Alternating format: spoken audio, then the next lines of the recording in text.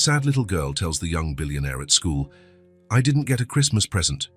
When he discovers why, he does something unbelievable. Rowan pulled the car over on the side street and looked out the window. The school seemed smaller than he remembered. 23 years later, the red brick building was still there, but the windows had been painted blue, and there was a new playground in the yard. He grabbed the envelope from the passenger seat. Inside was a check that would make a difference in the school's budget for a good while. Rowan didn't want a party, a speech, or a plaque with his name on it. He just wanted to drop off the money and leave. "This will be quick," he muttered to himself. The front office was in the same place as before. A woman with grey hair greeted him with a genuine smile. "Can I help you?" "I'd like to speak with the principal. It's about a donation." "Of course. She's just finishing a meeting." "Can you wait about 5 minutes?" Rowan nodded and sat in a plastic chair. The hallway smelled of disinfectant and crayons, exactly like it used to. The bell rang, and children began to pour out of the classrooms, their voices echoing off the walls. The meeting with the principal was brief. 15 minutes to deliver the donation, decline any public recognition, and explain that he preferred to remain anonymous. She thanked him several times, and he politely ended the conversation. "Thank you so much, Mr. Mitchell. This will help the children immensely." "I hope so." Rowan left the office and walked down the hall toward the exit. Most of the parents had already picked up their children, but there were still a few kids waiting. He pushed open the main door and felt the cool afternoon air. That's when he saw her. A little girl was sitting alone on the front steps. She must have been about 4, with messy blonde hair that shone in the sun and light blue eyes that seemed too big for her small face. She wore a faded pink coat that looked too big for her and worn-out white sneakers. She swung her legs slowly, staring at the ground with a sad expression. Rowan stopped. Something about the girl's posture bothered him. She looked lost. "Are you okay?" he asked, approaching her. The little girl looked up. Her eyes were red as if she had been crying. "I didn't get a Christmas present," she said suddenly, without even asking who he was. The sentence caught Rowan completely by surprise. "What?" "I didn't get a Christmas present," she repeated, looking directly at him. "And I really wanted one. All my friends got one." She wiped her nose with the sleeve of her coat. "Daddy lost his job. And our house is sad. We didn't even have a Christmas dinner like in other years, just buttered noodles." Rowan felt as if he had been punched in the stomach. The casual way she spoke about something so painful left him speechless. He hesitated, then sat down on the step next to her. "What's your name?" "Emily, and you?" "Rowan." He didn't know what to say about the Christmas comment. "Do you go to school here?" Emily nodded. "I do. I'm in preschool, but I wish things were different." "Different how?" "I wish we had money, that Daddy hadn't lost his job, that we had a real Christmas." The words came out so directly that Rowan was speechless. It was as if the girl was reporting simple facts, unaware of the emotional weight of what she was saying. "So when did your dad lose his job?" "In November. He came home really sad and told Mommy he didn't have a job anymore. They thought I wasn't listening, but I was." Emily fiddled with the hem of her coat. "Then everything started to get different at home." "Different how?" "They stop talking when I come into the room. Mommy stares at the bills on the kitchen table and sighs. Daddy goes out every morning to look for work and comes back really tired." She looked at him. "And they think I don't understand? But I understand a little." Rowan felt a tightness in his chest. How was a child so young already learning that life could be cruel? And at Christmas? Christmas was worse. In other years, we always had turkey and stuffing. My grandma would come for dinner and bring presents. But this year, Emily shrugged. My grandma is sick and couldn't come, and Mommy said we were going to do something different, simpler. And what did you do? Buttered noodles, and Mommy tried to make it seem special, you know. She put the nice tablecloth on the table and lit a candle. But I knew it was because there was no money for anything else. The simplicity with which Emily described the situation was heartbreaking. Rowan could perfectly picture the scene, a family trying to maintain their dignity in an impossible situation. And presents? There weren't any. Mommy said Santa Claus was very busy this year and that maybe he would come later. But I know he's not coming. Emily looked at her hands. My friend Sophia said Santa only comes for kids who have money. Your friend said that? She did. And I think she's right because all the kids in my class got presents except me. Sophia got a doll that talks. Peter got a car that turns into a robot. Emily sighed. Tight, and I pretended I got things too, but I think they knew I was lying. Rowan couldn't respond. How could he explain to a 4-year-old that the world was sometimes unfair? Do you think it's true that Santa Claus only likes rich kids? Emily asked. The question was so direct, so laden with hope and fear, that Rowan felt like crying. I think, he said finally, that sometimes things get complicated for adults. It has nothing to do with you being good or bad. Then why didn't I get anything? I was good all year. I helped Mommy with the dishes. I didn't fight at school. I ate all my food. The list of good deeds that Emily recited as evidence that she deserved a present made Rowan feel as if his heart was being squeezed. Emily, honey. A woman appeared at the school door. She had blonde hair like the girls and wore a simple, clean dress. I'm done talking with your teacher. We can go. Emily stood up quickly, but before she left, she looked at Rowan one last time. Thanks for talking to me, Rowan. No one ever listens when I talk about these things. Thank you, Emily. She ran to her mother, who took her hand. Rowan watched them walk down the street. Emily's mother walked slowly, as if each step took an effort. Rowan sat on the steps for a few more minutes, trying to process what had just happened. A 4-year-old child had just told him, with devastating simplicity, what it was like to not have Christmas. He stood up and walked to his car. On the way, Emily's words echoed in his head. I didn't get a Christmas present. Our house is sad. Does Santa only like rich kids? Rowan started the engine but remained parked for a while. There was something in Emily's brutal honesty that had shaken him deeply. She wasn't asking for pity. She was just sharing her reality with the naturalness that only children possess. His house was in a quiet neighborhood, with wide streets and well-kept lawns. It was a completely different world from the one Emily knew. Rowan parked in the garage and entered through the kitchen door. The silence greeted him, as always. He went straight to his office on the 2nd floor. On the walls, diplomas and certificates told the story of his success.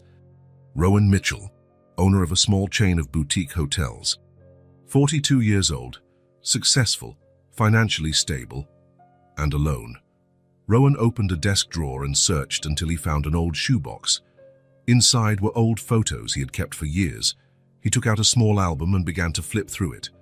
There he was, at 6 years old, smiling with his front teeth missing. His mother, young and beautiful, hugged him in a photo taken in the backyard. His father appeared in few photos, always serious, always tired. Rowan stopped at a specific photo. It was the Christmas of his 7th year. He was sitting on the living room floor, holding a small, cheap toy car. It was the only present under the dry tree his mother had managed to buy. He remembered that day perfectly. He had woken up early, full of expectation, imagining the presents he would find. When he came downstairs and saw only the car, he felt a pang of disappointment. "Do you like it, sweetie?" his mother had asked, anxiety in her voice. "I do, Mum. It's the best car in the world." She had smiled, but Rowan had seen the tears in her eyes. Back then, his father worked 2 jobs to pay the rent.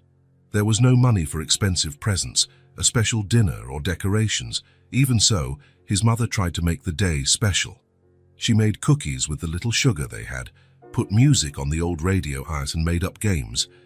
But Rowan remembered the sadness that hung over the house during those hard times. The heavy silence when there wasn't enough money. The way the adults spoke softly about bills, thinking he didn't understand. The feeling that the world had forgotten about his family, exactly how Emily was feeling now. Rowan closed the album and leaned back in his chair.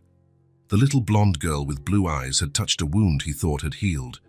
She had awakened memories he preferred to keep buried, but maybe it was time to face them. He stood up and went to the window. Outside, the afternoon was ending. Some houses already had lights on, and he could imagine families gathering for dinner, children doing homework, parents coming home from work, small moments of everyday happiness. Emily was probably at home now, maybe helping her mother in the kitchen or playing alone. And tomorrow would be another day just like it, with no presents, no surprises, just the reality of a family trying to stick together during hard times. Rowan returned to his desk and picked up the photo from his 7th Christmas again. The little boy in the picture looked so hopeful, even with only a cheap present in his hands. When had that hope turned into the loneliness he lived in today? "She reminded me of myself," he said aloud to the empty office, and it was true. Emily, with her simple honesty and transparent sadness, reminded him of who he had been before he built walls around his heart. She reminded him of what it felt like to be small in a big, complicated world. Rowan put the photos back in the box and placed it in the drawer, but he couldn't get Emily out of his head, a 4-year-old girl who asked if Santa Claus only liked rich kids, a child who pretended to have received presents so she wouldn't feel different from her friends. He went down to the kitchen and took an apple from the fridge. There was enough food for a week, good food that he barely touched. Emily had talked about buttered noodles as if it were the saddest thing in the world, and in a way it was, not because of the food itself, but because of what it represented. Rowan knew there was no Santa Claus. He knew Emily's parents were probably doing everything they could to put food on the table and pay the basic bills. Presents were a luxury they couldn't afford. But that didn't mean Emily should grow up feeling like she had been forgotten by the world. He went up to his room and lay on the bed, but he knew sleep wouldn't come easily. He stared at the ceiling, thinking about his conversation with Emily, the old photos, the sadness he had recognized in those blue eyes. A child shouldn't carry that kind of disillusionment. She shouldn't question if she was good enough to deserve a present. She shouldn't see her parents struggling and pretend not to understand. "Fierce, and I don't want her to grow up with that same emptiness," he murmured into the darkness. For the first time in a long time, Rowan had a purpose that went beyond business and financial success. He didn't know what he would do yet, but he knew he would do something. Emily would not be forgotten, not if he could help it. That little blonde girl with sad eyes deserved to know that someone cared. She deserved to feel that she hadn't been abandoned by the world, and Rowan was going to make sure she knew it. Rowan didn't sleep well that night. Every time he closed his eyes, he saw Emily's face, heard her voice asking if Santa Claus only liked rich kids. The words echoed in his mind like a refrain that refused to fade. Morning came slowly, and he got up before his alarm went off, already knowing exactly what he needed to do. He had a quick breakfast, barely touching the toast he had made. His mind was focused on one thing, finding the perfect present for Emily. Something that would show her she hadn't been forgotten, that she deserved all the joy in the world. He left the house with a clear purpose. He drove through the city streets looking for the right store, passing by several large, noisy toy stores. But none of them felt right. Emily deserved something special, unique, made with care. That's when he found a small craft shop downtown. The window was filled with handmade objects, dolls, wooden toys, stuffed animals. Everything had that personal touch he was looking for. The woman behind the counter was elderly, with white hair tied in a neat bun and glasses hanging from a gold chain. Her hands looked skilled and careful, accustomed to creating beautiful things with patience and love. "Can I help you?" she asked with a genuine smile that lit up her whole face. "I need a doll, something special, handmade. It's for a very special 4-year-old girl." The woman's eyes sparkled with interest. Oh, how lovely. A doll for a special little girl. "I have several beautiful options. What is this child like?" Rowan thought for a moment, picturing Emily in his mind. She has blonde hair and light blue eyes. She's a very brave and sweet child. She's been through some hard times recently. The woman nodded with understanding, as if she perfectly understood what Rowan wasn't saying. "I see. Come, I'll show you some special options." She led him to a shelf where there were several handmade dolls. They were all beautiful and unique, clearly made with care and attention to detail. But one in particular caught Rowan's eye immediately. The doll had soft blonde yarn hair that shone gently in the shop's light. The blue eyes were embroidered with impressive care, each stitch creating a sweet and welcoming expression. She wore a light pink dress with tiny embroidered flowers and was the perfect size for a child to hug comfortably. "This one," he said, picking up the doll carefully. "She's perfect." "Excellent choice. This was one of my favorites to make. I spent 3 whole days working on her." The woman gently touched the doll's dress. "She was made with a lot of love. You know, I always imagine the child who will receive each doll I make. It's exactly what I was looking for, and could you personalize it in some way? Put a name on it?" "Of course, what name would you like?" "Emily. Emily." The woman smiled even wider. "Emily, what a beautiful name. I'll embroider it right here on the little dress with golden thread. It will look beautiful and will last forever." Rowan waited as she worked, watching every careful movement of the needle. Each stitch was made with attention and care, as if she understood the importance of that gift. The woman hummed softly as she embroidered, creating a peaceful atmosphere in the small shop. "There," she said finally, showing the result with pride. "Look how beautiful it turned out. Emily will love this doll." The golden letters shone gently on the pink dress, forming the name Emily in an elegant and delicate way. It was perfect. "That's beautiful," Rowan said, truly impressed. "Thank you very much.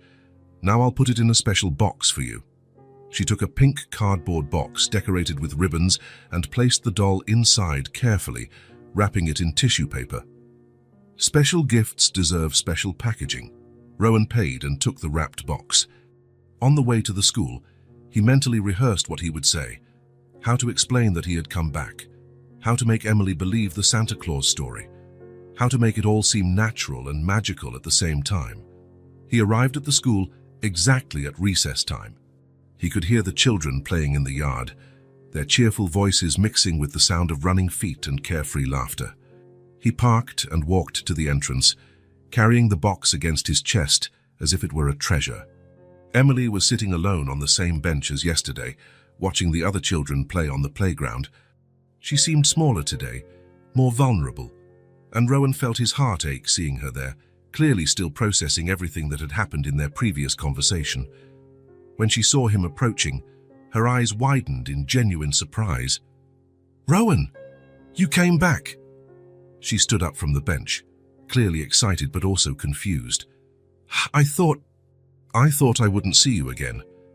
"I did come back." He approached slowly, holding the box carefully. "Actually, I came here because I have something very important for you." Emily tilted her head, curious, her blue eyes fixed on the pink box in his hands. "For me? But why?" "It's an interesting story." Rowan knelt in front of her, placing the box carefully on the ground between them.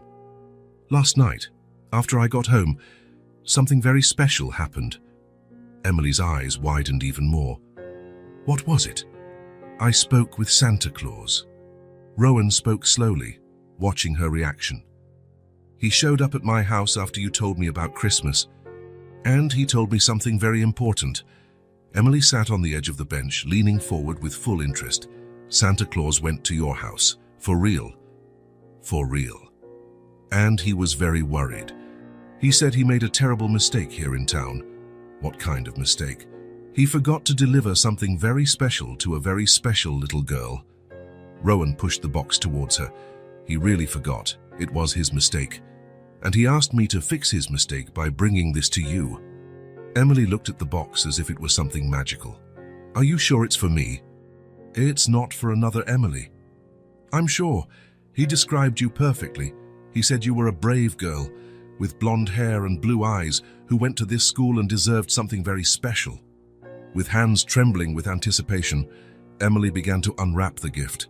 She made each movement with care, as if she wanted to savor every second of that moment. When she finally saw the doll, her face transformed completely. It was as if the sun had come out after a long, dark storm. Her eyes lit up, her mouth opened into a huge smile, and she let out a small cry of joy. She looks like me." Emily picked up the doll with the utmost care, as if it were made of crystal. "And look, it has my name." "It's written here on the dress."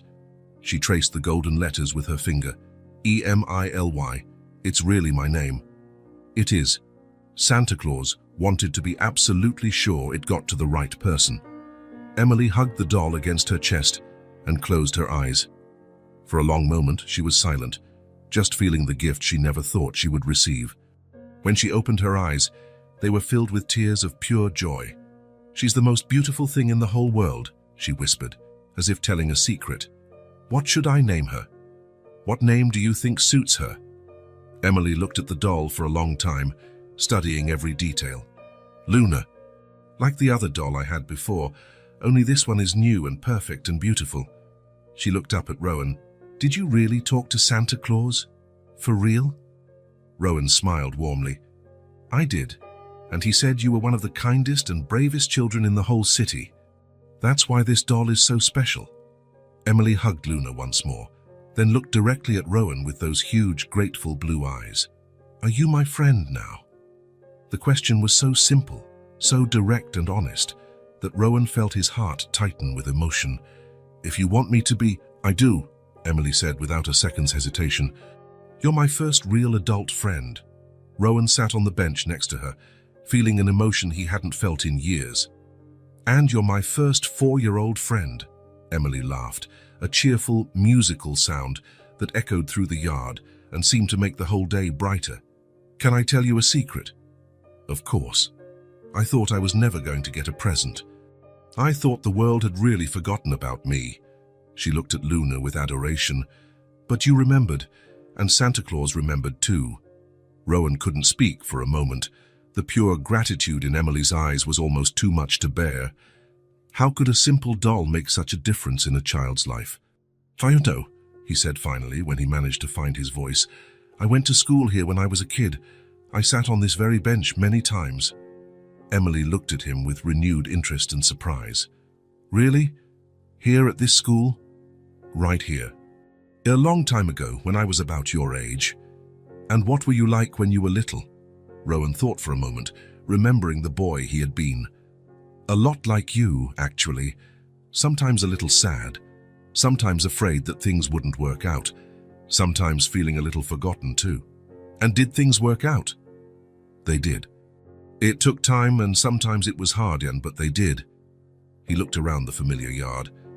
"This place taught me a lot of important things about friendship, about dreaming, about not giving up." Emily swung her legs, hugging Luna to herself. "And what do you do now? Where do you work?" "I own a few hotels." Her eyes widened with admiration. "Hotels? Like those big, beautiful places where people sleep when they travel?" "Exactly." "Wow, you must be really rich then, like in the movies." Rowan laughed at her simplicity. "I do okay, it's true. But do you know what I've learned? What's more important than money?" "What?" "Having real friends like you." Emily smiled, squeezing Luna against her. "And now you own a hotel. That must be amazing. Do you live in a hotel?" "No, I have a normal house, but it's nice working with hotels. But do you know what the most important place in my whole life was?" "What?" Rowan pointed to the school building behind them. "Here. This school was my first really important place." Emily looked at the school, then back at him. "That's for real?" "For real. This is where I learned to read, to write, to make real friends. This is where I discovered I could dream of big things and work to achieve them." He paused, looking at her. "And this is where I met you." "So you were just like me," Emily exclaimed, grinning from ear to ear. "You used to sit on this bench and watch the other kids play." "Exactly like you. Sometimes I felt lonely, sometimes sad, but always dreaming. And look at you now. You have hotels and everything, and you know Santa Claus." She looked at him with total admiration. "Does that mean I can have nice things too when I grow up?" "You can, Emily. You can have anything you want in life. You just have to believe in yourself and never give up on your dreams." Emily was quiet for a moment, processing the words. "My mum always says things will get better soon, but sometimes it's hard to believe. I understand perfectly. Sometimes it was very hard for me too when I was little, but look where I am now. And look how I met you." "That's true." Emily looked at Luna, then at him. "Do you think my dad will find a job soon?" The question surprised Rowan with its maturity. "I think so. Your dad seems like a good, hard-working person, and people like that always find a way." "I hope so. I want our house to stop being sad forever." Rowan felt the urge to hug the girl, but he restrained himself. "You know what I think? I think your house is already less sad today. Why? Because you're happy now. And when you're happy, your whole house gets happy too. It's magic. Emily considered this seriously. That makes sense. When I come home smiling, Mommy smiles too. And when Mommy smiles, Daddy smiles. That's exactly how it works. They sat in comfortable silence for a few minutes, watching the other children play on the playground. Emily played with Luna's hair, combing it with her small, careful fingers. Rowan? Yes. Thank you so much for being my friend. And thank you so much for bringing me Luna. It's the best present I've ever gotten in my life. Thank you for being my friend, Emily. You made me remember important things I had forgotten. The school bell rang, signaling the end of recess. Emily stood up reluctantly, holding Luna with all the care in the world. I have to go back to class now. Of course. You need to study hard. Are you leaving now? Rowan hesitated for a moment. I am, but can I come back another day to see how you and Luna are getting along? Emily's face lit up like a Christmas tree. Yes, you can. I'll take great care of Luna and I'll tell her all about you. She needs to get to know my special friend better. It will be a pleasure to get to know her better too. Emily started running towards the school, but stopped halfway and turned around. Rowan, can you tell Santa Claus I said thank you very much, and that I'll take care of Luna forever? I will. He'll be very happy to know. Emily waved energetically and ran inside the school, hugging Luna as if she would never let go. Rowan could hear her talking excitedly to other children who approached to see the new doll. Rowan sat on the bench for a few more minutes, watching the school quiet down after recess. There was something different in the air today, a lightness and joy that wasn't there before. Maybe it was the feeling of having done something genuinely right, something that really mattered in the world. He stood up slowly and walked back to his car. On the way, he thought about Emily's expression when she saw Luna, the way her eyes shone when she realized her name was embroidered on the dress. He thought about the question of friendship, so direct and honest that it touched his heart in a way he hadn't expected. As he drove home, Rowan was already thinking about his next visit. Emily had said he could come back, and he definitely would. After all, real friends don't disappear after giving a gift, and Emily deserved to have a real friend in her life. A few days had passed since Rowan had given Luna to Emily. He had thought about the girl every day, wondering how she was, if she was taking good care of the doll, if she was still happy. The curiosity and affection he felt for his new friend made him decide to go back to the school to visit her. It was a Thursday afternoon when Rowan parked again on the school's side street. The sun was high and warm, and he could hear the familiar noise of children at recess. He walked to the yard and looked for Emily among the playing children.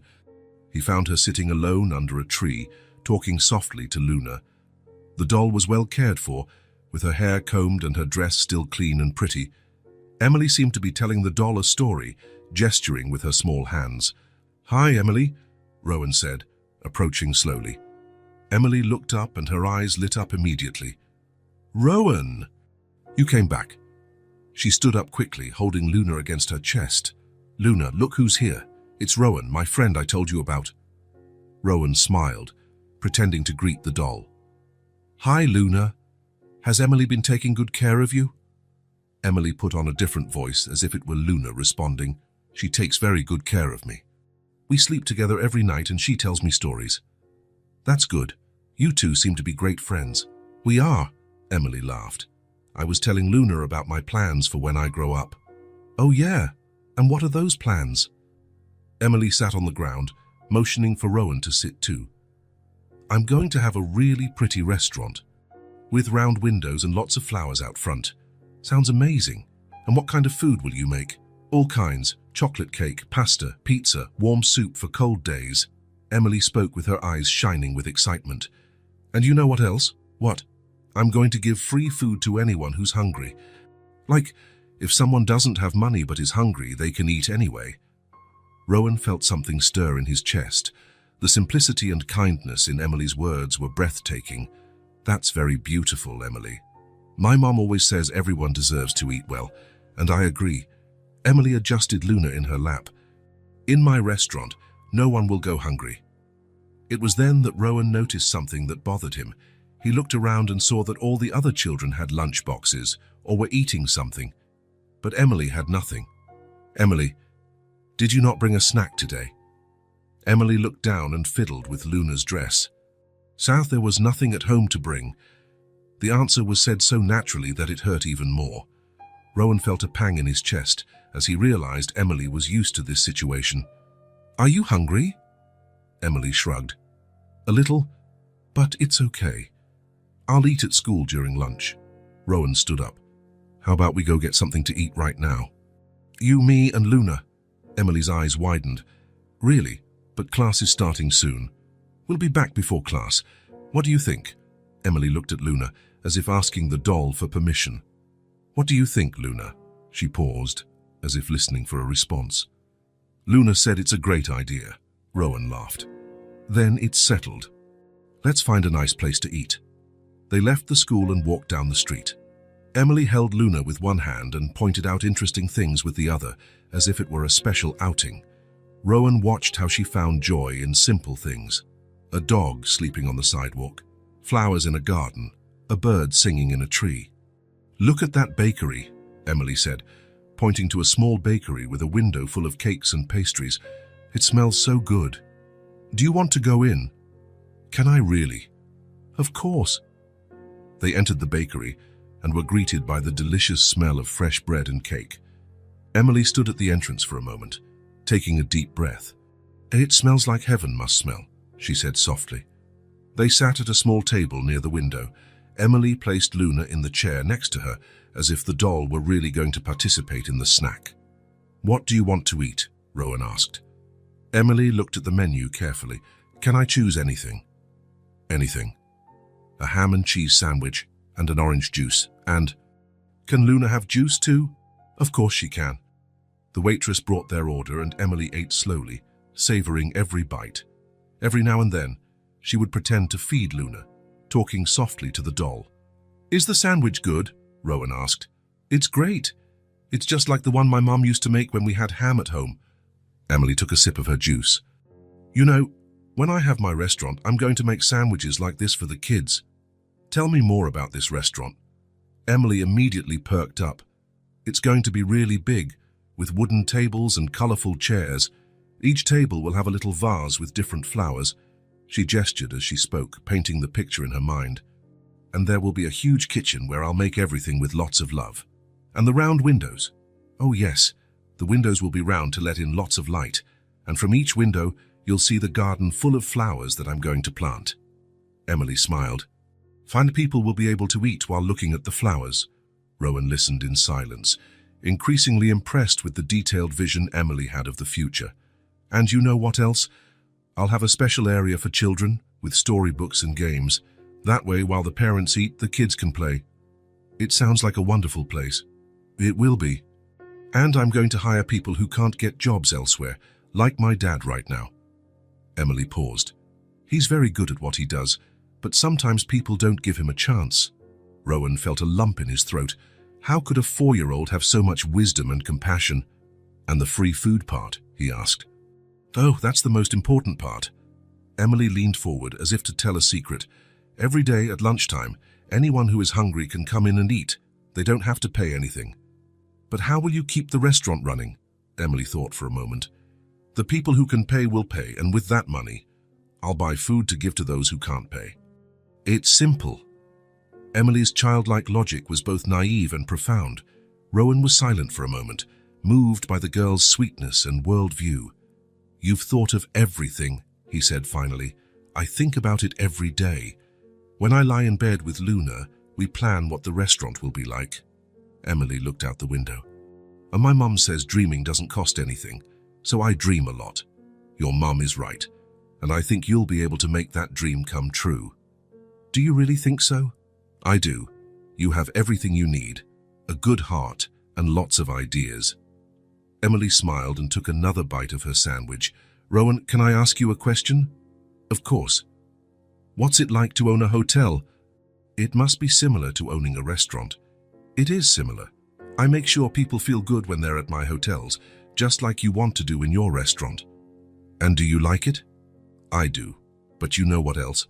Talking to you about your restaurant, I'm thinking of new things for my hotels. What kind of things? Maybe a space for children to play, or a garden where guests can see how the food grows. Emily clapped her hands. That would be amazing, just like in my restaurant with the flowers. They finished eating, and Rowan paid the bill. Emily thanked him several times, always including Luna in her thanks. As they walked back to the school, Emily was quieter, as if she was thinking about something important. "But Rowan," she said finally. "Yes. Do you think I can see your house?" The question caught Rowan by surprise. He looked at Emily, who was watching him expectantly. "You want to see my house?" "I do. It must be very pretty." "And Luna wants to see it too, right, Luna?" Emily looked at the doll. She said yes. Rowan thought for a moment. Why not? Emily had become a special friend and he wanted to return her trust. "I think so," he said. "You can see my house." Emily's face lit up. "Really? When?" "How about this weekend? We can arrange it with your mum. She'll like you, I'm sure, and she'll be happy to know I have such a nice friend. I'd like to meet your mum too. And your dad." Emily was quiet for a moment. "They'll like you. My mum always says that good people attract good people." "Your mum sounds very wise." "She is. And my dad too. He's just a little sad right now because of his job." They arrived at the school and Emily stopped before going in. "Thanks for the snack, Rowan. It was the best snack of my life. Thank you for telling me about your restaurant. Now I know that when it exists, it'll be the first place I eat." Emily laughed. "You'll be my first special customer. And Luna too." She ran into the school, waving, until she disappeared from sight.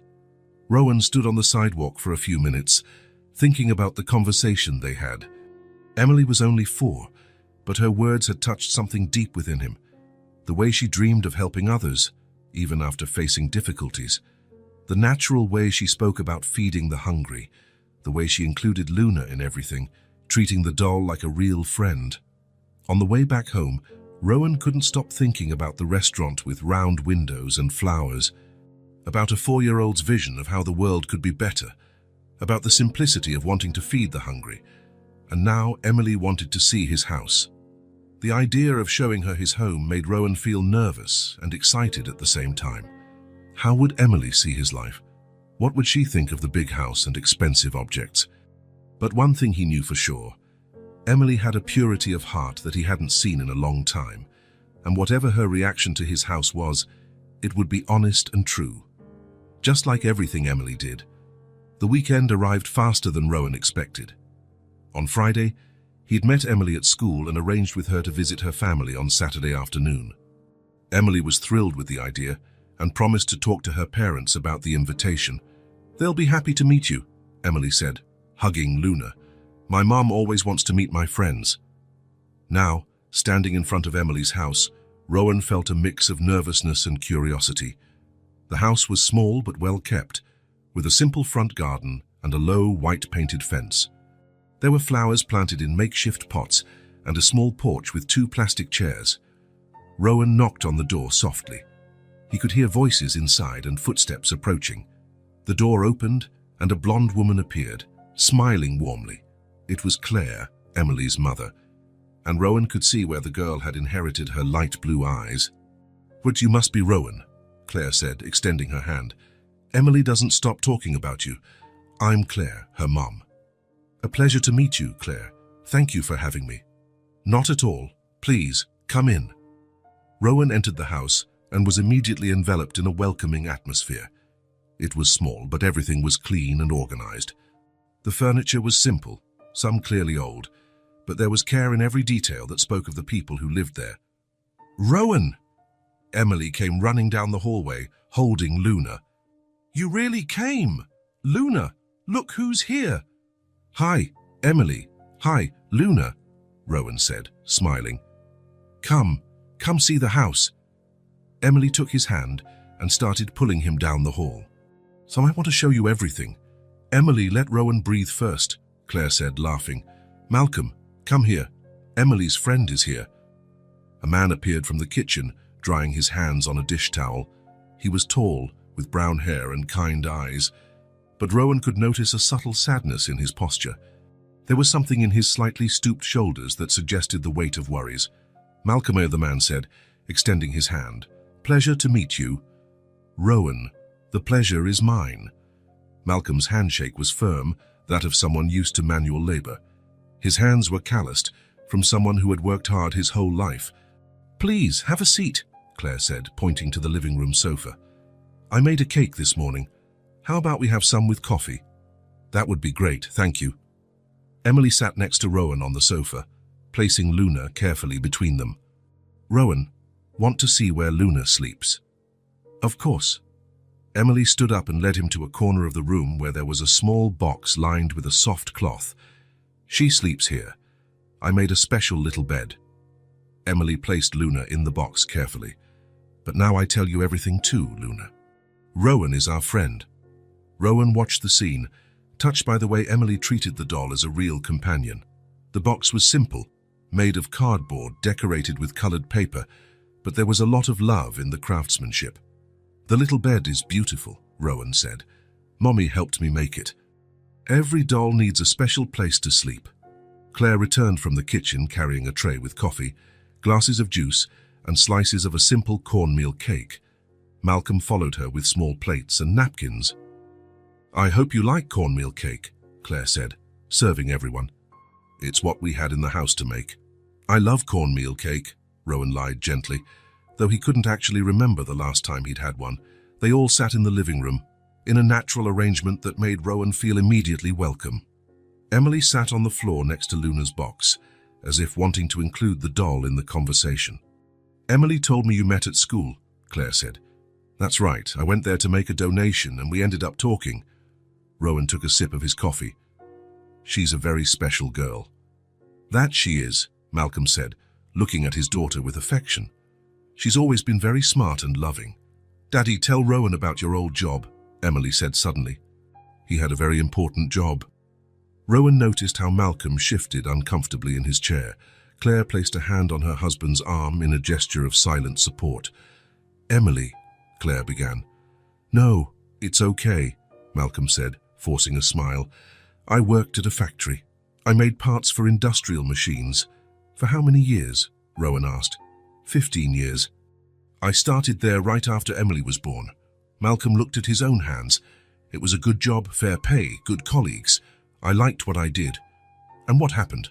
Malcolm sighed. "The company decided to close the factory. They said it wasn't profitable enough." "Was it far from here?" Rowan asked, though something in his chest was already tightening with a terrible suspicion. "It was, in the industrial park, on the other side of town. It took me almost an hour to get there by bus every day." Malcolm took a sip of his coffee. "See, but it's what supported everything here at home." Emily got up and went to sit next to her father. "Daddy is very good at what he does. The bosses always praised him." Malcolm ran a hand through his daughter's hair affectionately. "It was a good place to work. There were a lot of good people there." "Did everyone lose their jobs?" Rowan asked. "Everyone. 120 employees." Malcolm shook his head. "Some have found new jobs, others are still looking, like me." Claire got up to get more coffee from the kitchen. Rowan could see that the subject was painful for the whole family. "And why exactly did it close?" Rowan insisted, though he feared the answer. "They said an investor bought the land, wanted to tear everything down to build something else." Malcolm looked out the window. It was an old building, but solid. It could have run for many more years. Rowan felt his stomach tighten. A terrible suspicion was growing inside him. "Chelsea, do you know what they're going to build in its place?" "It closed to become a hotel," they said, Malcolm replied without looking at him. "A boutique hotel, something like that. For people with money." The words hit Rowan like a punch to the gut. He almost dropped the coffee cup from his hands. He knew that story all too well. He knew it because he had been the one who bought that land. He had been the one who decided to close the factory to build his newest hotel. The air in the room seemed to get heavier. Rowan looked around and saw in a completely new light the simplicity of the furniture, the careful patches on the curtain, the way Claire stretched every penny to keep the house running. All of it was a consequence of a decision he had made coldly and calculatingly, thinking only of numbers and profits. "Are you okay?" Claire asked. returning from the kitchen and noticing Rowan's sudden paleness. "I'm fine, thank you," he managed to say, though his voice came out a bit strangled. Emily looked at him with concern. "Rowan, are you sad?" "I'm okay, Emily. I was just thinking about what your dad said." Malcolm continued talking, oblivious to the turmoil of emotions Rowan was feeling. "The worst part is that they closed it out of nowhere. On Friday, everything was normal. On Monday, we arrived and there was a notice on the door. They said we had 2 weeks to get our things." "Only 2 weeks?" Rowan managed to ask. "Only, and mind you, some of the employees had worked there for over 20 years. Malcolm shook his head. "They gave a basic severance package, the minimum required by law. And that was it." Rowan remembered that transaction. He had been advised by a team of lawyers who took care of all the legal details. For him, it had been just another investment, an opportunity to expand his business. He had never thought about the faces behind the numbers, the families that would be affected. "That must have been very difficult," Rowan said, feeling like a hypocrite. It still is." Malcolm looked at Emily Hunt, who was playing with Luna on the floor. "But we don't give up. I keep looking for work every day. Something will turn up." Claire sat down again and took her husband's hand. "Malcolm is persistent and very good at what he does. Someone will recognize that soon." "Definitely," Rowan said, though the words sounded empty even to himself. Emily got up and came to sit on her father's lap. "Daddy will find an even better job." "I'm sure of it." Malcolm kissed the top of his daughter's head. "With this cheering squad, how can I fail?" Rowan watched the scene and felt a mixture of admiration and guilt. Here was a family that, despite facing enormous difficulties because of a decision he had made, maintained their dignity and love for each other. They weren't asking for help or complaining. They were fighting together, with hope and determination. The silence that followed was comfortable for everyone but Rowan. He was struggling with the weight of what he had discovered, trying to process the fact that he was directly responsible for this family's suffering. "The cake is delicious," he said finally, trying to return to normal conversation. "Thank you," Claire said, smiling. "It's my mother's recipe, simple but tasty." Emily turned to Rowan. "Rowan, when I have my restaurant, I'm going to make cake just like Mommy's to give to people." "It will be the best cake in the restaurant," Rowan said, forcing a smile. The conversation continued for another hour, but Rowan was only half present. His mind was racing with the discovery he had made. How could he look into the eyes of Emily, Claire, Malcolm, knowing that he was responsible for taking away their stability? When he finally said goodbye, promising to return soon, Rowan left the house carrying a huge weight on his chest. Emily walked him to the door, holding Luna. "Thanks for coming, Rowan. My parents really liked you." "I really liked them too, Emily. Next time you can see my room too." "That would be great."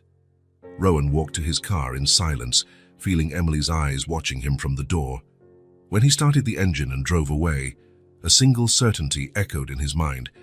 He had to do something to fix what he had broken, but he still didn't know how. The days following the visit to Emily's house were the hardest Rowan had experienced in years. He could barely sleep, barely concentrate on work. Every time he closed his eyes, he saw Malcolm's kind face talking about the factory that had closed to become a hotel.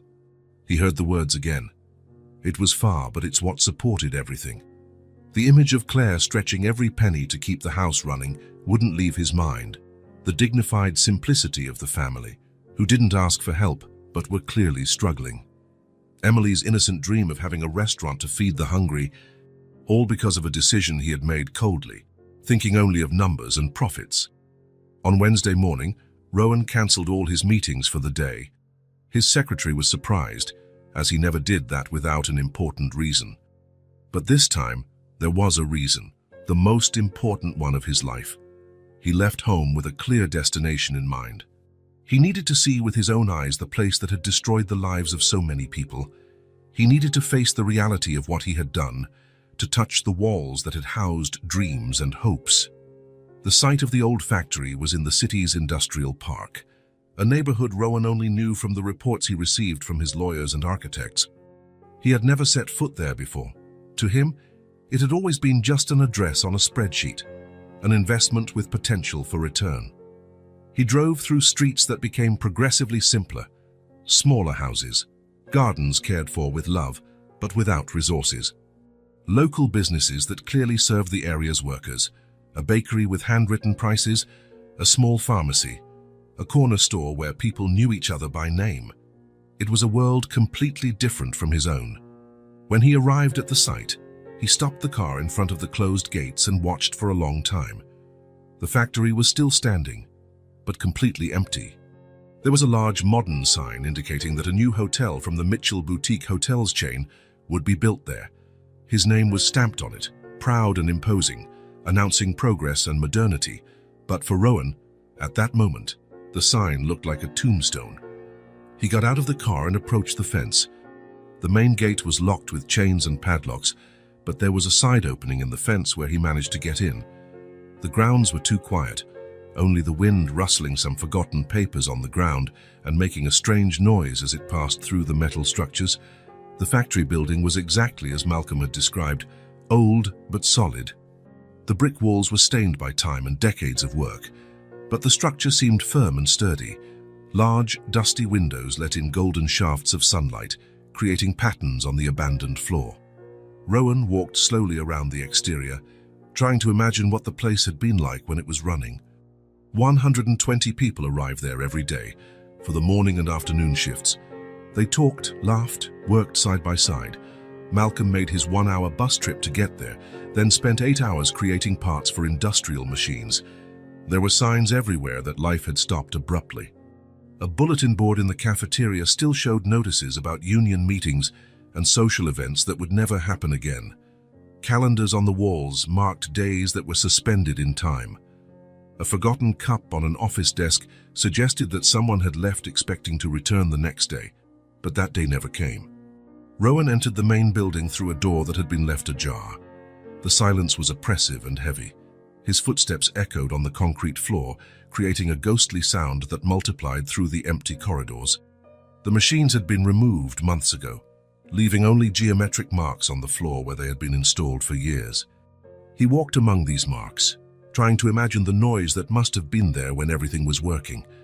The sound of machines, of conversations between colleagues, of ringing phones, of life happening. He climbed a metal staircase to a mezzanine that overlooked the entire factory floor. From up there, he could get a full perspective of the space. It was bigger than he had imagined.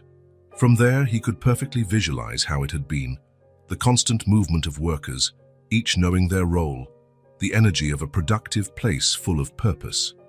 Now there was only silence and walls stained by time.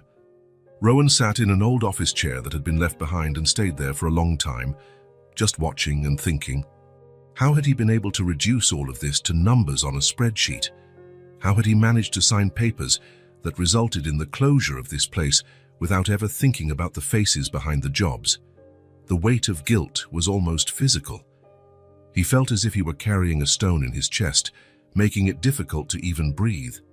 "I can't go on as if I don't know," he said aloud to the empty space. "This is not going to become a hotel." The words echoed in the silence, coming back to him amplified, and for the first time in days, Rowan felt something like relief. He had made a decision. He still didn't know exactly what he would do, but he knew he could no longer pretend he didn't know the consequences of his actions. He stayed at the factory for another 2 hours, walking through the empty corridors, going up and down stairs, entering rooms that were once full of life. He tried to absorb the scale of what had happened there. He tried to understand how a decision of his, made comfortably in his office, had reached here and shattered the lives of so many people. When he finally left, he knew his life had changed forever. He could no longer be the same person he had been before meeting Emily and her family. On the way back, Rowan stopped at a payphone and called Claire. His hands were trembling slightly as he dialed the number. "Hello?" "Hi, Claire, it's Rowan, Emily's friend." "Rowan, so good to hear from you. How are you?" "I'm okay." "Claire, I'd like to talk to you and Malcolm about something very important. Can I come by tonight?" There was a pause on the other end of the line. "Of course, you're always welcome here." "Did something happen?" It's complicated to explain over the phone. I'd rather talk in person if it's not an inconvenience. No problem at all. Emily will be happy to see you again. She was asking when you were coming back. See you soon then, and Claire, thank you. Rowan hung up the phone with his heart racing. He knew he was about to have the most difficult conversation of his life, but he also knew it was the only right thing to do. The rest of the day passed slowly, as if time were deliberately dragging. Rowan tried to work, but he couldn't concentrate on anything. He reviewed contracts without really reading them, answered emails automatically, took a few important calls, but his mind was completely focused on the conversation he would have that night. At 7 o'clock sharp, he was at Emily's door again. This time, however, his heart was pounding for completely different reasons. It wasn't anxiety about meeting new people. It was fear of having to face the truth about himself, of seeing their reaction when they found out who he really was. Emily opened the door before he even knocked, as if she had been waiting at the window. "Rowan, you came back." She hugged him tightly, without any reservation. "Luna missed you." "I told her you were coming back. I missed you two too." Claire appeared behind her daughter, smiling warmly. "Come in, Rowan. Malcolm is in the living room. He just got back from downtown." They gathered in the same arrangement as the last visit, but this time Rowan was clearly nervous. His hands were sweating and he couldn't sit still in his chair. Emily noticed immediately, "Are you okay? You look worried about something." "I am a little worried, Emily. I need to talk to your parents about something very important." Malcolm leaned forward, his attention fully on him. "What is it, Rowan? Can we help with anything?" Rowan took several deep breaths. There was no easy way to say it. There were no words that would make the truth less painful. "Malcolm, Claire, I need to tell you something. Something I found out after our conversation last Saturday." He paused, searching for the right words, knowing they would change everything between them. When Malcolm talked about the factory that closed to become a hotel, I recognized the story immediately. "Recognized how?" Claire asked, frowning. Rowan looked at Emily, who was watching him with innocent curiosity, having no idea what she was about to hear. Then he looked at her parents. "I bought that factory." The silence that followed was deafening. Malcolm and Claire looked at him as if he had spoken in another language, not fully understanding what he had just said. "What do you mean? You bought it?" Malcolm asked slowly, his tone changing. "I am the investor who bought the factory land. I closed it without knowing how much it hurt the people who worked there." Rowan felt his voice tremble. "But now I know. And I want to give back what I took." Malcolm stood up from his chair as if he had been electrocuted. His hands were shaking slightly. You were the one who closed our factory, who took our jobs." "I was. And I didn't even know people like you existed. To me, you were just numbers on a spreadsheet, operating costs." Rowan lowered his head, unable to maintain eye contact. "I never thought about the families that would be affected. I never thought that behind every job there was a story, a life, dreams." Claire put her hand to her mouth, clearly shocked. Emily looked from one adult to another, trying to understand what was happening, feeling the tension in the air. "Why are you telling us this?" Malcolm asked, his voice a mix of confusion, anger, and disbelief. "Because after meeting you, after seeing how Emily dreams of helping people, after understanding what my decision caused in your lives and the lives of 120 other families, I can no longer pretend I don't know." Rowan finally looked up and looked directly at Malcolm. "I want to fix this. I don't know exactly how yet, but I want to give back what I took from you and all the other families who were affected." Emily approached him slowly, holding Luna against her chest. "Rowan, does this mean you can help my daddy get a job again?" The girl's innocent question, asked with all the confidence in the world, made Rowan feel like crying. "I'm going to try, Emily. I'll do everything in my power." Malcolm was still standing, processing the information that had changed everything. Claire gently pulled him to sit down again, but he remained tense. "I don't understand," she said, her voice still in shock. "Why are you telling us this? What do you want from us?" "I don't want anything. I just want you to know the truth. And I want a chance to fix the terrible mistake I made." Silence reigned in the room again. Emily sat on the floor next to Luna, clearly feeling the tension in the air, even without fully understanding the gravity of the situation. Finally, Malcolm spoke, his voice controlled but heavy with emotion. "You closed our factory. You took the jobs of 120 people. You changed our lives completely. Yes. And now you want to fix it. Yes." Malcolm looked at Claire, then at Emily, who was watching them with big, worried eyes, and finally back at Rowan. How? It was exactly the question Rowan had been waiting for, and for which he still didn't have a complete answer, but he had the beginning of an idea. "I'm still working out the details, but I guarantee one thing, that land will not become a hotel, not anymore." It was the beginning of a conversation that would change all of their lives forever. 2 weeks had passed since Rowan had told Emily's family the truth. They were 2 intense weeks, full of meetings, calls, and planning, but also 2 weeks of renewed hope, of sleepless nights thinking about possibilities, of waking up every day with a purpose that went far beyond profit.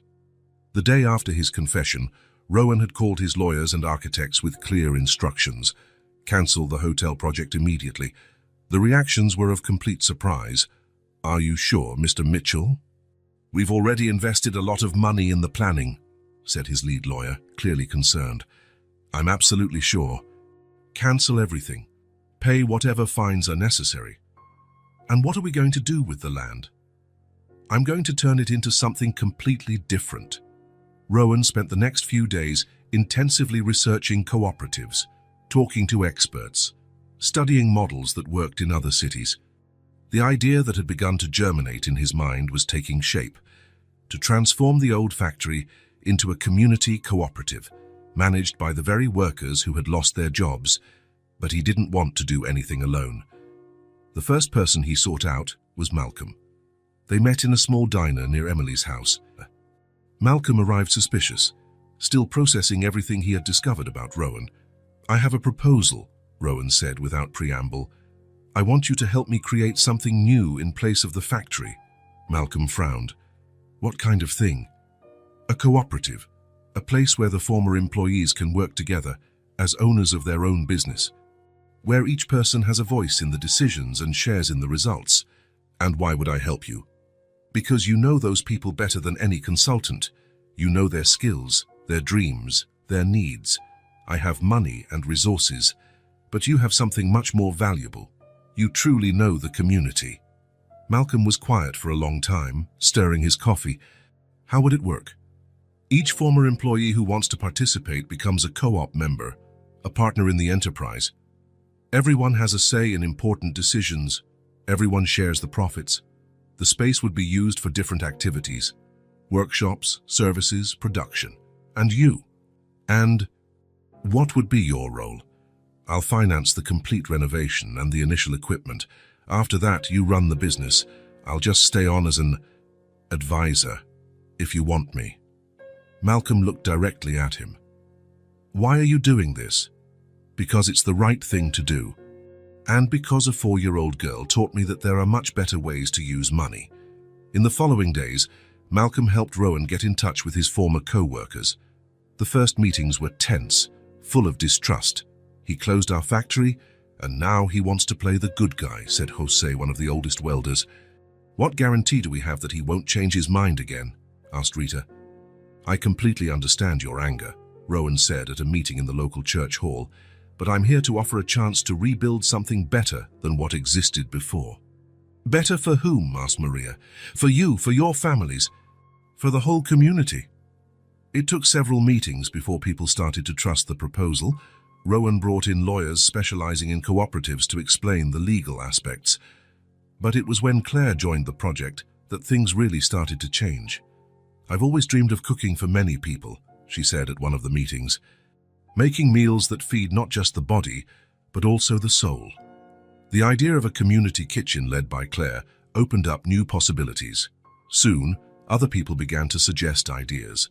A sewing workshop led by Ms. Carmen, who had always been skilled with a needle and thread. A maintenance area coordinated by Mr. Pedro Sato, who could fix anything. A bakery where some of the ex-employees could use family recipes.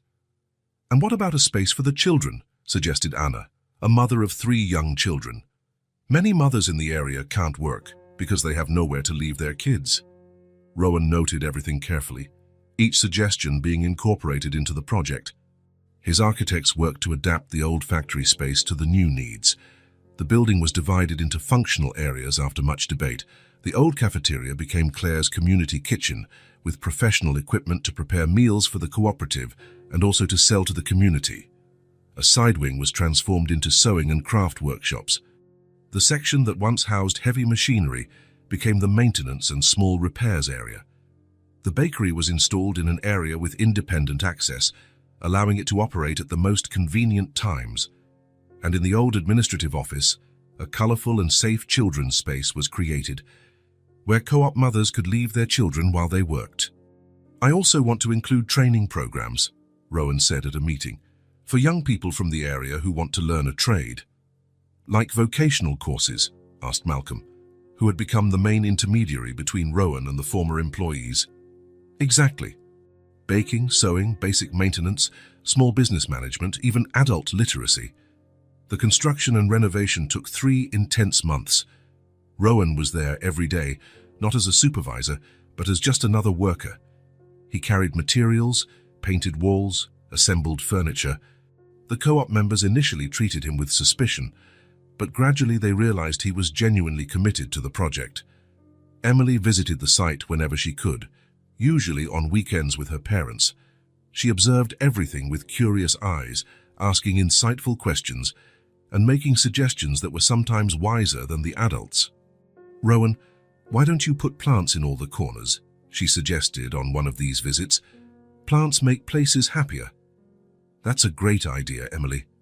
And so, the cooperative gained indoor and outdoor gardens, with flowers and plants collectively cared for by everyone. During the renovation, the community came together in a way Rowan had never seen. Entire families showed up on weekends to volunteer. Children played in the yard while their parents worked. There was always someone bringing snacks or offering extra help. "This is how real communities work," Claire explained to Rowan on one of those afternoons. "How's when everyone works together for something that will benefit everyone?" The cooperative was named Community Rebirth in a democratic vote among all the members. The name perfectly reflected what was happening, a rebirth of hope and opportunities. When it was finally ready, the space was completely unrecognizable. The time-stained walls had been painted with cheerful colors. The large or clean windows let in abundant light. The concrete floor had been polished and marked with colored lines that delineated the different areas. Claire's kitchen was a dream come true, with industrial ovens, huge refrigerators, and a spacious prep area. The sewing workshop had modern machines and large tables. The bakery constantly smelled of fresh bread and homemade cakes. The children's space was a joy in itself, with educational toys, books, colorful rugs, and walls decorated with drawings made by the children themselves. There was also a small community library, organized by volunteers from the area. The training area was equipped with basic tools and teaching materials for the courses that would begin to be offered. Malcolm would be one of the main instructors, teaching basic maintenance and welding. On the official opening day, a crowd gathered in the cooperative's courtyard. There were former employees of the old factory, local residents, local authorities, and people from other parts of the city who had heard about the project. Emily was radiant, wearing a new dress that Claire had sewn especially for the occasion. It was light blue, the color of her eyes, with small embroidered flowers. She carried Luna, who had also gotten a new dress to match. "Rowan," Emily said, running up to him. "Can I see everything again? I want to show Luna how it turned out." "Of course, Emily, you are our most special guest." He took her on a complete tour of the cooperative. Emily stopped in each area, observing everything carefully. In Claire's kitchen, she was impressed by the size of the ovens. "You can make cake for the whole city in here," she said, laughing. In the sewing workshop, she examined the machines as if they were treasures. "When I grow up, I want to learn how to use all these machines." In the bakery, the smell of fresh bread made her sigh. "It smells like heaven must smell," she said, repeating the phrase she had used the first time they entered a bakery together. But it was when they reached the children's space that Emily stopped and stared for a long time.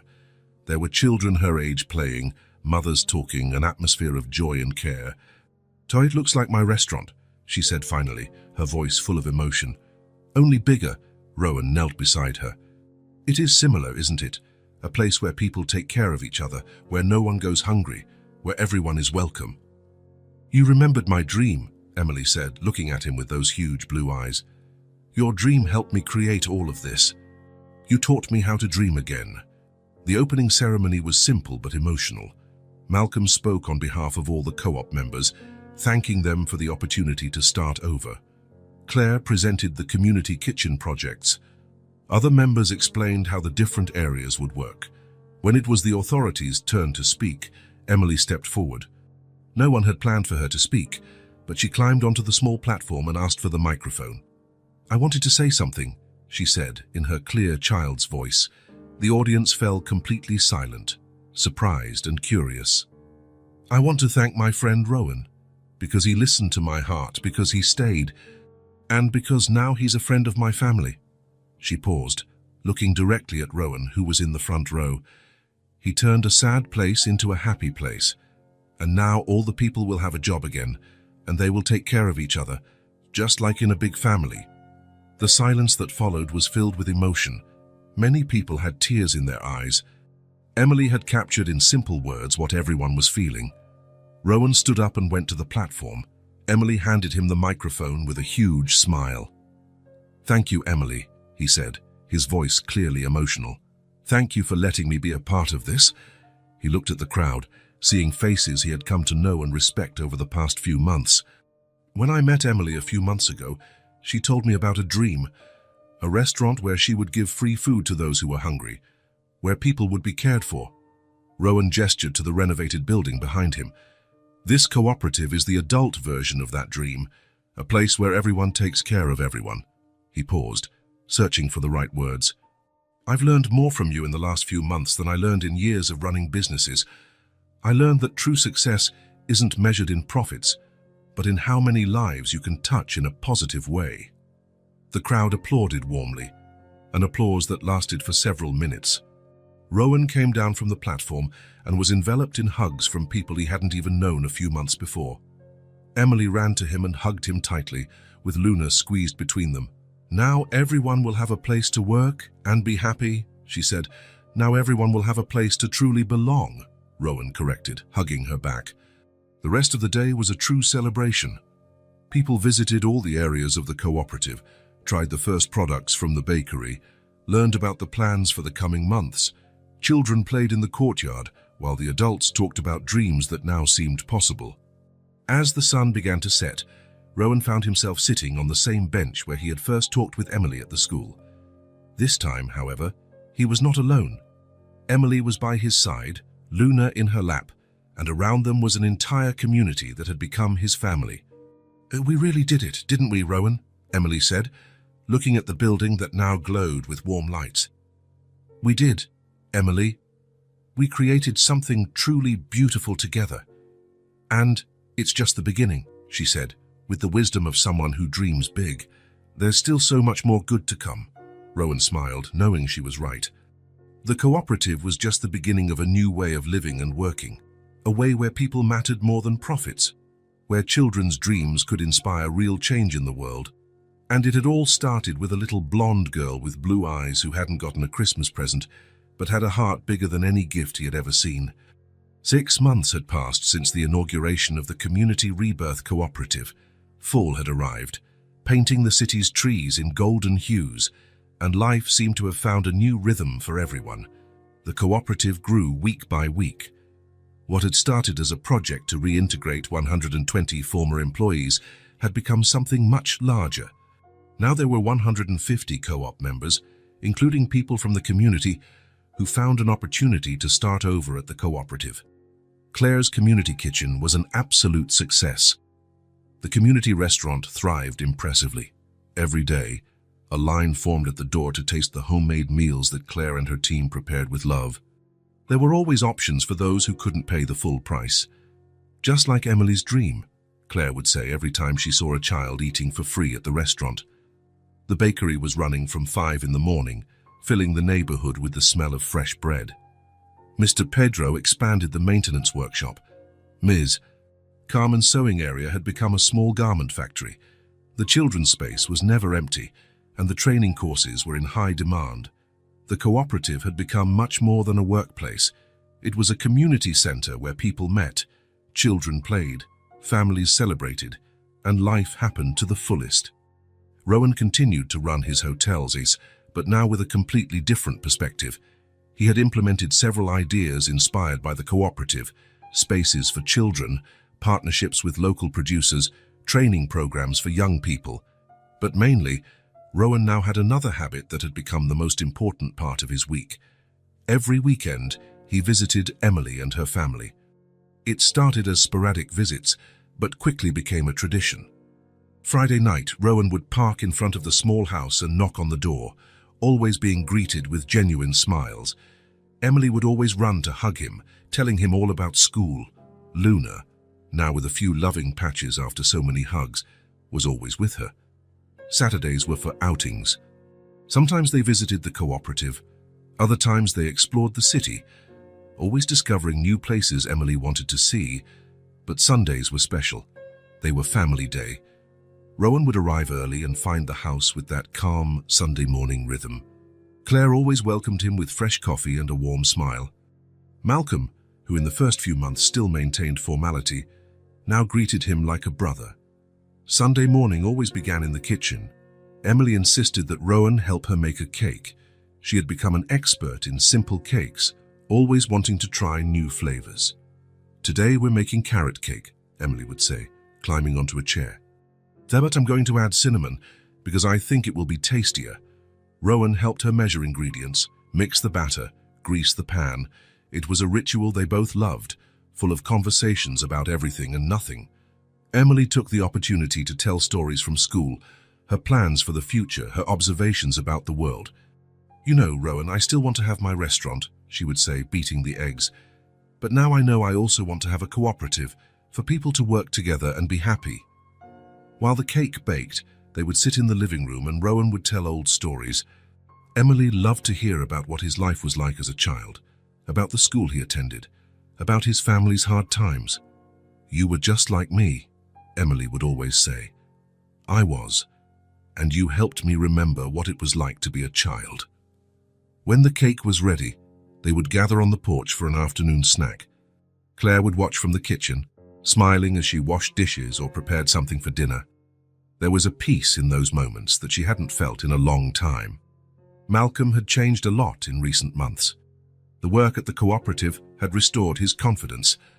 He coordinated the maintenance area, was respected by the members, and had a stable income. More than that, he had regained his joy for life. After the snack, while Emily played in the yard, Malcolm and Rowan always ended up playing cards on the porch. At first, they were tense games, but they gradually became moments of true conversation between two men who had learned to respect each other. "How are things at the cooperative?" Rowan would ask, shuffling the cards. "Better every week. Mr. Pedro is thinking of hiring more help." "And Claire?" "Happy. Happier than I've seen her in years." Malcolm dealt the cards. "She always wanted to cook professionally." "And you?" "Grateful. I still can't believe all this happened." These conversations always flowed naturally, covering topics from business to life philosophies. Malcolm had become a source of wisdom for Rowan, who learned about the value of community work. At the end of the afternoon, Emily would always come and sit with them on the porch. It was her favorite time of Sunday, when the whole family was together and relaxed. On one of those Sunday afternoons, when fall was advanced and there was a cool breeze, Emily lay down on the porch sofa with Luna in her lap. Rowan and Malcolm were playing cards, while Claire finished tidying up the kitchen. Emily watched the two men for a while, seeing how they talked naturally, how they laughed at the plays, how they seemed like brothers who had known each other for a long time. She hugged Luna tighter and whispered softly, thinking no one was listening, "He's family now. We just haven't decided on the title." But Rowan heard, and so did Malcolm. And Claire, who was drying her hands at the kitchen door. For a moment, everyone was silent, processing the simple truth Emily had expressed. Rowan felt his eyes well up with tears. He looked at Malcolm, who was smiling in a new way. He looked at Claire, who was watching him with an affection reserved for family.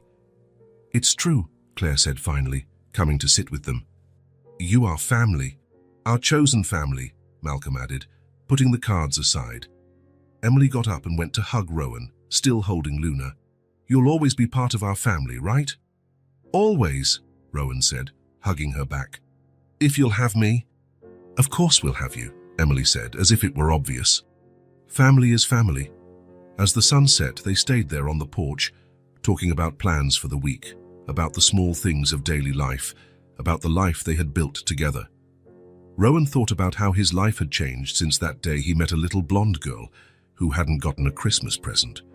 How a sincere conversation on the steps of a school had transformed not just his perspective, but his entire life. Now he had a family. He had a purpose beyond money. He was sure he was making a difference in the world, and all because Emily had taught him that simple dreams and generous hearts could move mountains. When it was time to leave, Emily walked him to the car. "Rowan." "Yes, thank you for being part of our family. Thank you for letting me be a part. See you Friday." "See you Friday." And as he drove home, Rowan smiled, knowing that on Friday he would be back, as he always would be, because now he had a place to truly belong. If this story touched your heart, subscribe to the channel and turn on notifications so you don't miss the next ones. Leave a like because it helps this story get recommended to more people. See you in the next story.